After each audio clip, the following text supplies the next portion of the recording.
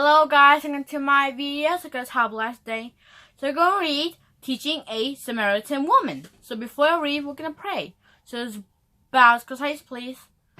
Dear Heavenly Father, for this day, thank you for everything, things that turn to live. So please help me, my friends. Please help any family and friends. Please help poor and homeless, for sickness and friends, policy and help. In His name, amen. So you could grab our Bibles and read on me or go by yourself. Either way is fine. Okay, so you can read Teaching a Samaritan Woman. You can read this whole story at John chapter 4, or you can read just John chapter 4 verse 3 through 43. Here it goes. This is called Teaching a Samaritan Woman. Here's the story.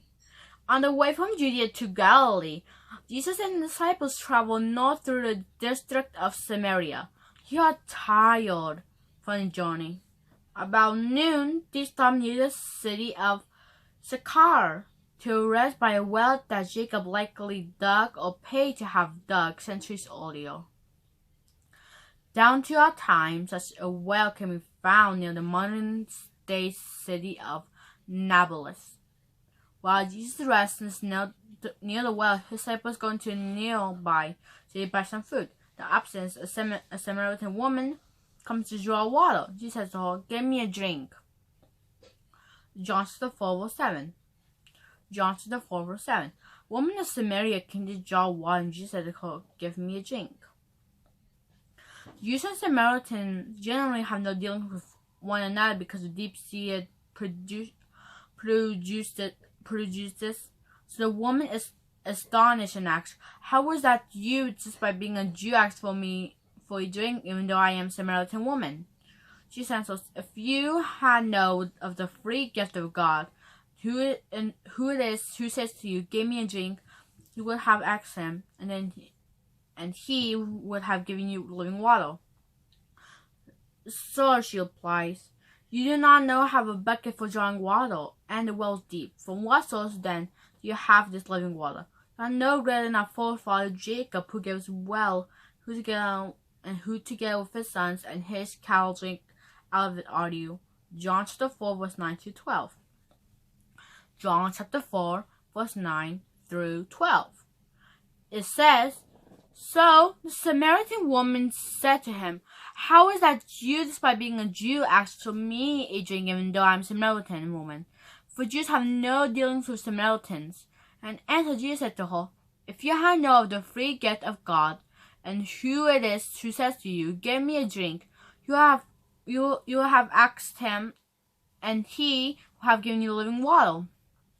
She said to him, 'Sir, you do not even have a bucket for drawing water, and the well is deep. From what source then do you have this living water? You are no greater than our forefather Jacob, who gave us a well, and who together with his sons and his cows drank out of it are you. Everyone drinks from this well will get thirsty again. Jesus declares, whoever drinks from the water that I will give him will never get thirsty at all, but the water that I give him will become a spring of water bubbling up to impart everlasting life." John chapter 4 verse 13 and 14. John chapter 4 verse 13 and 14. It says, "In answer Jesus said to her, 'Everyone drinking from this well will get thirsty again. Whoever drinks from the water that I will give him will never get thirsty at all. But the water that I will give him will become in him a spring of water bubbling up to impart everlasting life.'" Yes, though tired, Jesus is willing to share life-giving words of truth with the Samaritan woman. The woman then says, "Sir, give me this water so that I may never neither thirst nor keep coming over to this place to draw water." Jesus now seems to change the subject. He says to her, "Go, call your husband and come to this place." She replies, "I do not have a husband." How shocked she must be at what Jesus knows when he tells her, "You're right in saying I do not have a husband, for you had 5 husbands, and the man you now have is not your husband." John chapter 4 verse 15 through 18. John chapter 4 verse 15 through 18. The woman said to him, "Sir, give me this water so that I may neither thirst nor keep coming over to this place to draw water. He says to her, "Go, call your husband and come to this place." The woman replied, "I do not have a husband." Jesus said to her, "You're right in saying, I do not have a husband, for you have 5 husbands. Yet the man you now have is not your husband. This you have said truthfully." Significance of his statements clear to her, and she said in amazement, "Sir, I see that you are a prophet." She then shows she has interest in spiritual things. "How?" she continues. "Forefathers Samaritans worship on this mountain, Mount Gerizim, which is close by, but you people, the Jews, said that Jerusalem is the place where people must worship." John 4, verse 19, verse 20. John 4, verse 19, verse 20. The woman said to him, "Sir, I see that you are a prophet. Our forefathers worship on this mountain, but you people say that Jerusalem is the place where people must worship." However, Jesus explains that the place of worship is not important. He says, "The hour is coming when neither on this mountain nor in Jerusalem will you worship the Father." Then he tells her, "The hour is coming and is now, when the true worshippers will worship the Father with spirit like in truth. For indeed the Father is looking for ones like these who worship him." John 4, verse 21. John 4, verse 21. Says, Jesus said to her, "Believe me, woman, the hour is coming when neither on this mountain nor in Jerusalem will you worship the Father." And John 4, verse 23 and 24. John 4, verse 23 and 24. "Nevertheless, the hour is coming and is now, when the true worshippers will worship their Father with spirit and truth. For indeed the Father is looking for ones like these to worship him. God is a spirit, and those worshipping him must worship with spirit and truth." What the Father looks for in true worshippers is not what they worship, but how they worship. The woman is impressed. "I know that Messiah is coming, who's called Christ," she says. "Whenever that one comes, he'll declare all things to us openly." John 4, verse 25. John 4, verse 25 says, the woman said to him, "I know that a Messiah is coming, who's called Christ. Whenever that one comes, he'll declare all things to us openly." Then Jesus reveals an important truth. "I am he, the one speaking to you."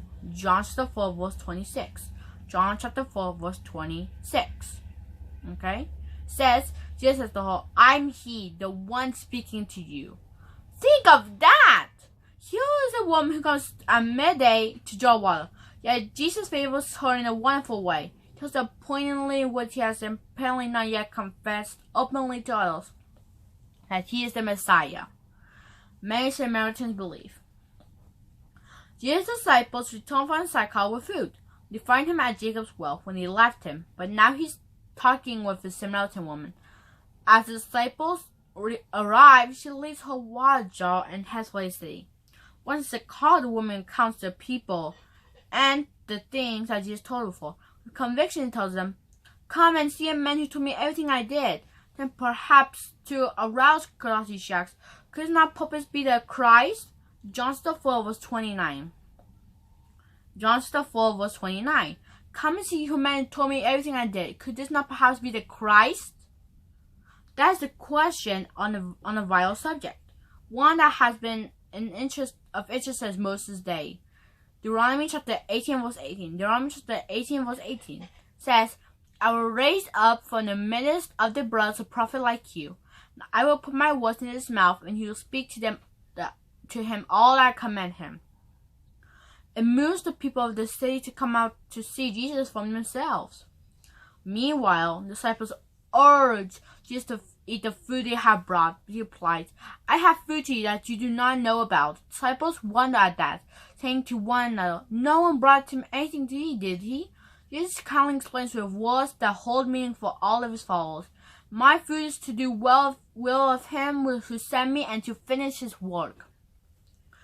John 4, verse 32 through 44. John 4, verse 32 through 34. But he said to them, "I have food to eat that you do not know about." So the disciples said to one another, "No one brought him anything to eat, did he?" Jesus said to them, "My food is to do the will of him who sent me and to finish his work. The work Jesus is talking about is not that of the grain harvest, which is some 4 months away. Rather, Jesus is referring to spiritual harvest. As he goes on to show, lift up your eyes and view the fields, that they are white for harvesting. Already the reapers receiving wages and gathering fruit for everlasting life, so that the sower and the reaper may rejoice together. John chapter 4 verse 35 and 36. John chapter 4 verse 35 and 36 says, do not say that they are yet 4 months before the harvest comes. Look, I say to you, lift up your eyes and view the fields, that they are white for harvesting. Already the reapers receiving wages and gathering fruit for everlasting life, so that the sower and the reaper may rejoice together. Jesus may already realize the effect of his encounter with the Samaritan woman. Many from Sychar are putting faith in him on account of testimony. For she is telling people, he told me all things I did. John chapter 4 verse 39. John chapter 4 verse 39 says, many of the Samaritans from that city put faith in him because the word of the woman who bore witness saying, he told me all things I did. Therefore, when they come from Sychar to the well, they actually stay and talk to them some more. She accepts the invitation and remains Samaria for 2 days. As a Samaritan listened to Jesus, many will believe in him. They tell the woman, we no longer believe just because of what you said, but we have heard for ourselves, and we know that this man really is the Savior of the world. John 4 verse 42. John 4 verse 42. And he said to the woman, we no longer believe just because of what you said, for we have heard for ourselves, and we know that this man really is the Savior of the world. So the Samaritan woman provides a fine example of how we can witness about Christ around Christianity, so that our listeners will welcome more information. Recall that it is 40 months before the harvest, evidently the barley harvest, which is the region it occurs in spring, so it is not probably November or December. This means that following the Passover 30 CE. Jesus and disciples have spent 8 months also in Judea, teaching and baptizing. They now head north to the home territory in Galilee. What awaits them there? Who were the Samaritans? The region called Samaria lay between Judea to the south and Galilee to the north. After King Solomon's death, the 10 northern tribes of Israel broke away from the tribes with Judah and Benjamin. The people of those 10 tribes turned to calf worship, so in 740 BCE, Jehovah allowed the Assyrians to overrun Samaria. The invaders carried off much of the population, replacing them with people from elsewhere in the Assyrian Empire. These worshipped of foreign gods and Samaria, and with the Israelites who remained in the land. Over time, people of this area developed a form of worship that incorrupted some of the beliefs and practices set out in God's law, such as circumcision. Still, their religious practice could not be called true worship. 2 Kings chapter 17 verse 9 to 33. 2 Kings chapter 17 verse 9 to 33. The Israelites were pursuing the things that were not right according to Jehovah their God. They kept building high places in all the cities, from watchtower to fortified city. They kept setting up for themselves skilled sacred pillars and sacred poles on every high hill, and under every luxuriant tree. And on all the high places they make sacrificial smoke, just as the nations did that Jehovah had driven to exile from before them. Kept doing wicked things to offend Jehovah. They continued so discussing idols, about which Jehovah has told them, you must not do this. Jehovah kept warning Israel and Judah through all his prophets and every visionary, saying, turn back from your wicked ways, keep my commandments and my statutes, according to all the law that I commanded your forefathers, and that I sent you to through my servants, the prophets. But they did not listen and remained just as stubborn as the forefathers who had not shown faith in Jehovah their God.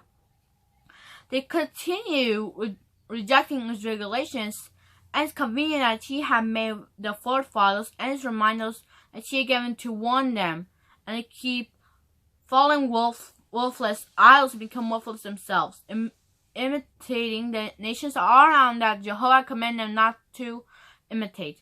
They keep believing all the commands of Jehovah their God. He made metal types, so 2 cows, sacred pole. Like when Aaron made a calf and they were worshiping him, they were worshiping false gods. They're worshiping the only God, which is Jehovah, right? Yeah. And they bow down to all the army of the heavens and serve Baal. They also made the sons and the daughters pass through the fire. Wow. They practice divination and look for omens, and they keep devoting so to do what is bad in the eyes of Jehovah. Wow, that was sad. To offend him. So Jehovah was very angry with Israel, so that he removed from his side. He didn't let any remain but the tribe of Judah alone. Even Judah did not keep the commandments of Jehovah their God. They also walked in customs that Israel followed. Jehovah rejected all the descendants of Israel and humiliated them and given them into the hand of plunderers until he had cast them away from before him. He ripped Israel away from the house of David, and he made Jeroboam, the son of Nebat, king. But Jeroboam caused Israel to stray from following Jehovah, and he caused them to commit a great sin. And the people of Israel kept walking in all the sins that Jeroboam had committed. They did not depart from them until Jehovah removed Israel from his sight, just as he had declared through all his servants and prophets. So Israel was taken to exile from his land to Assyria, where he remained to this day.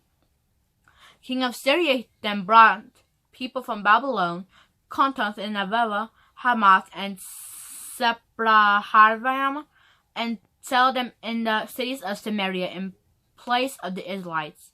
They took possession of Samaria and lived in the cities. When they first began dwelling there, they did not fear Jehovah.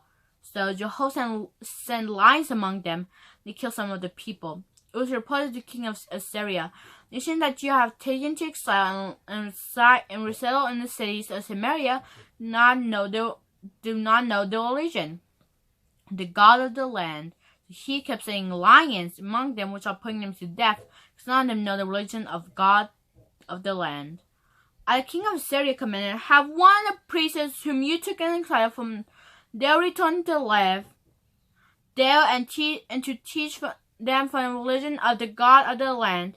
So one of these priests whom they had taken to exile from Samaria come back to live in Bethel. They began to teach them how they should fear Jehovah. However, each different nation made their own god, which they placed in houses of worship on the high places the Samaritans had made.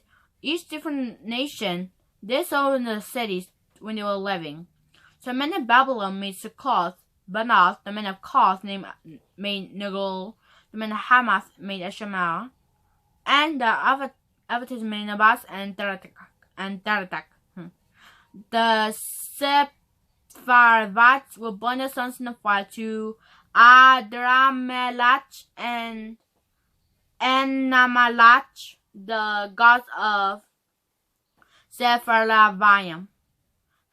Although they fear Jehovah, they appoint priests for the higher places from the people in general, and these officials from them at the houses of worship, high places. Thus they fear Jehovah, but they worship their own gods, according to the religion of the nations from which they have been deported.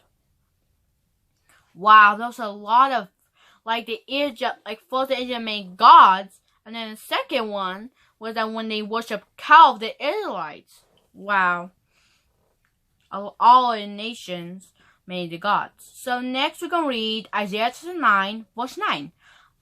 Isaiah chapter 9, verse 9. It says, and all the people will know it, Ephraim and the inhabitants of Samaria, who sat in the harness and in the interlopes of heart. Okay. Let's still keep reading. In Jesus' day, the Samaritans accepted books of Moses, but did not worship the temple in Jerusalem. For years they had used a temple built on Mount Gerizim, not far from Sychar, and they continued worshiping on the mountain even after the temple was destroyed. The animosity between the Samaritans and Jews were convenient during Jesus' ministry. So this is the last chapter. So here is John 8, verse 48. John 8, verse 48. It says, "And answered the Jews said to him, Are we not right in saying you're a Samaritan and have a demon?" Okay, so that was it. Wow, that was amazing. That was a long story, right? And that was a long verse, but at least we learned about we cannot worship false gods. Okay, so I have 5 questions for you, okay, 5 questions. First question is, why is the Samaritan woman surprised that Jesus speaks to her? Second question is, what does Jesus teach this woman about living in water and where to worship God?